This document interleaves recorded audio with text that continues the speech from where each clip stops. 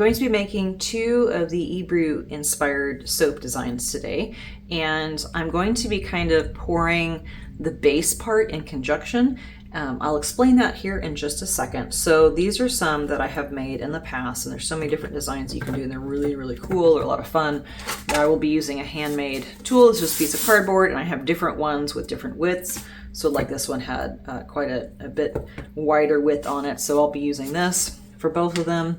And the colors, actually fragrance first, I'm going to be doing a fruity one.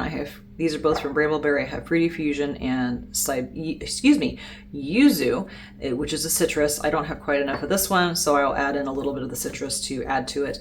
Colors, I'm going to be going for some neons, which are fun. These are from Mad Micas. I have Tennis Ball Breaker, Tickle Pink, Cheesy Poof, and Radioactive. I also have Potent Purple Mica from Nurture Soap, and this one does it morphs to kind of a gray. If you can see the gray in that one, it's a really pretty gray. It's a really pretty purple in Melt and Pour and like bath bombs. So what I'm going to be doing, this is kind of the weird part, is I have I did a natural soap, and I used rhubarb root as the color. This is it right here. I had some rhubarb left over, so I'm like, I'm just going to infuse it twice. It'll be a little bit lighter. I don't necessarily want that to be the base of this one, and I definitely don't want that to be in the squeeze bottles, because that'll mess up the color. So I'm going to do 2 batches of soap, and I'm going to use my very fluid formula.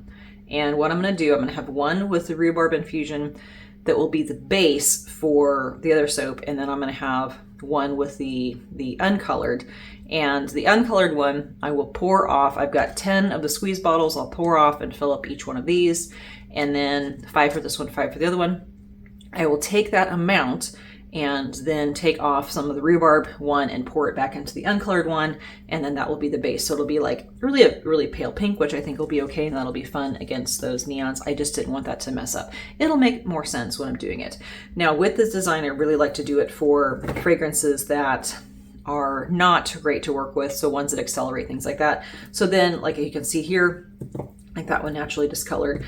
So that actually works. I did a tobacco and bay leaf one, and it discolored to a really dark brown, which when you have those, you can't really do much with the colors, but this was really great. So I've got just that thin layer of the surf design, and it does last for quite a while with the soap, because you're using the soap and it'll wear evenly. But then I can fragrance, and whatever issues, either discoloration or accelerating fragrance, will affect that bottom layer, and then you get a really cool surface design. So I'm going to get all of my other stuff ready and come back, and that'll kind of make sense with what I'm doing with the 2 different colors. So I'll be back in a minute.